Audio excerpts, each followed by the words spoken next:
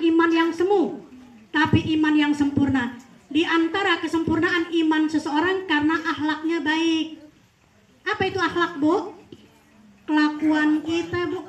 Akhlak kepada Allah ada bagaimana, antara suami istri ada akhlak, antara kakak adik ada akhlak, antara guru murid, murid guru ada akhlak. Jangan dibilang mentang-mentang guru semua mau gue kan guru, pokoknya kalau enggak, guru juga punya akhlak bagaimana terhadap murid-muridnya. Karena namanya guru bukan cuma sekedar ngomong, bukan cuma sekedar mengajar. Guru itu bisa memasukkan ilmu kepada muridnya. Kan mesti gitu. Makanya saya sering bilang gini, Bu. Kalau saya ngajar, Ibu, alhamdulillah saya ngajar kelilingan, Ibu, ke Bekasi 2 minggu sekali, di Selipi ngajar, di Depok ya, Ibu, hampir keseluruhan Depok, Ibu, ada yang bulanan, ada yang mingguan. Saya sering bilang ibu-ibu pada murid-murid saya, penceramah dengan guru. Ini musim Maulid undang penceramah. Sebetulnya kalau kita lihat, Ibu, bukan kemuliaan, Ibu, manfaat yang dari kita ada tinggian guru. Karena kalau namanya penceramah belum tentu dia bisa ngajar. Dia bisa ceramah, apalagi zaman sekarang, Bu. Kursus 3 bulan, kursus 5 bulan, ceramah deh, ya Bu ya. Walaupun belakangan kita dengar banyak penceramah yang bermasalah. Karena apa? Karena Ibu padahal menuntut ilmu agama itu dari di buayan sampai masuk liang lahat. Kecuali kalau metodenya.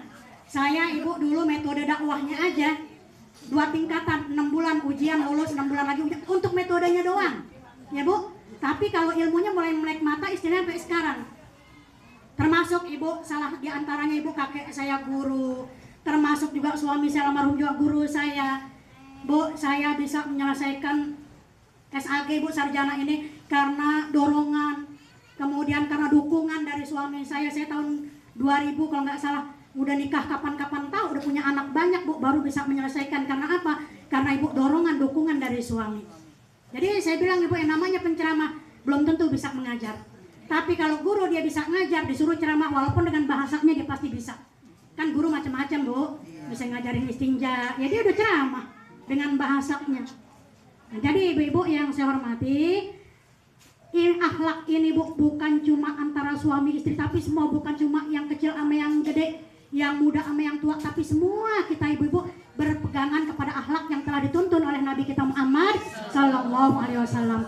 Insya Allah mudah-mudahan ibu-ibu, saya kadang-kadang sih bilang nih sama adik saya di sini, baru sempat ngomong sama Iis sama Boy, saya sempat ngomong, ini kewajiban kita bersama. Kalaupun nanti suatu saat saya dilibatkan, mari kita besarkan di majelis taklim. Kan masing-masing punya keahliannya sendiri-sendiri. Karena kan apa ya, peninggalan dari orang tua ini kan kewajiban kita meneruskan. Ya, jangan sampai istilahnya warisan habis begitu saja. Tapi warisan apalagi di bidang ilmu agama ini kewajiban kita terus membesarkan. Saya ngomong, kalau memang perlu dilibatkan, insya Allah, cuma nyesuaiin waktu gitu, Bu. Saya bukan apa ya, kayak Kamis sore saya ngajar. Kemudian hari-hari ini ada yang kadang-kadang ibu yang urusan organisasi ini, Bu, yang nggak bisa ditentukan jadwalnya. Kadang begitu udah rapat nih, kemarin Bu lagi mau muktamar aja, Bu. Saya nggak ikut banyak rapat karena persis waktu suami meninggal, terus saya bilang saya masih masa idah. Jadi datang pada hari-hari tertentu aja.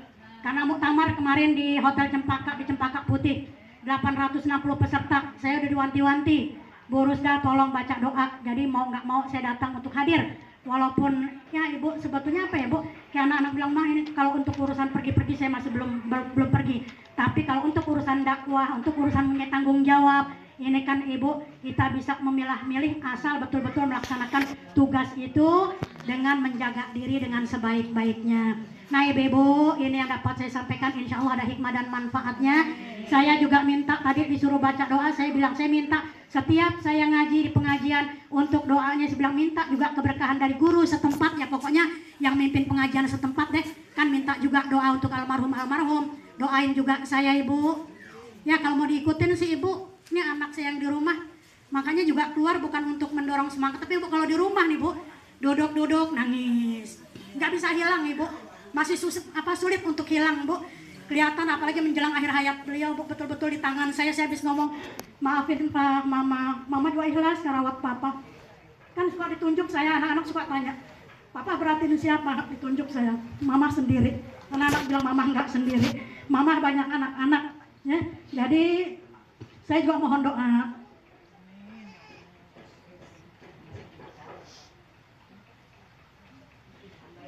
Jadi ibu-ibu yang saya hormati, ya apa ya, memang sulit lah berumah tangga 44 tahun setengah dengan orang tua malah cuma 18-19 tahun, karena kan anak dulu 19 tahun 20 tahun udah nikah.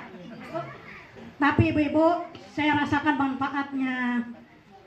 Beliau juga guru saya, gurunya anak-anak, makin hari bukan makin hilang. Termasuk anak-anak sampai sekarang pun saya masih nggak mau tidur di kamar, masih tidur gelaran di depan rame-rame sama anak-anak. Ibu ya, jadi doain juga saya biar diberi kekuatan sama ibu-ibu, karena apa? Kita mempunyai tanggung jawab.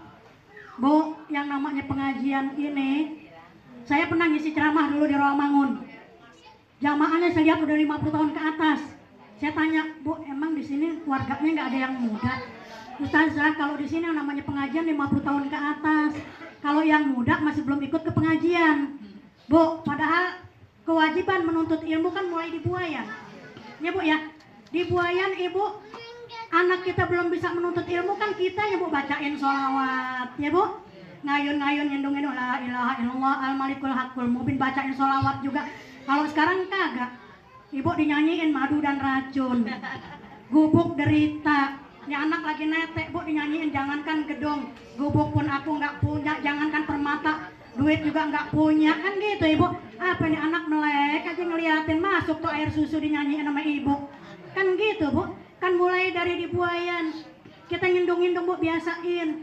Karena apa? Kewajiban kita mengajar, mendidik anak-anak kita Bu. Ngedidik sholat aja mulai anak bisa membedakan mana tangan kanan mana tangan kiri. Kira-kira 3-4 tahun baru ngajak, sifatnya baru ngajak. Kalau ngajak maksa enggak? Kalau ngajak maksa enggak?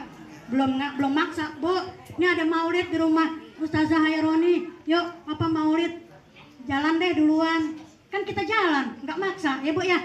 Nah, jadi ibu-ibu masih sifatnya ngajak. Tapi kalau sudah 7 tahun sifatnya sudah menyuruh.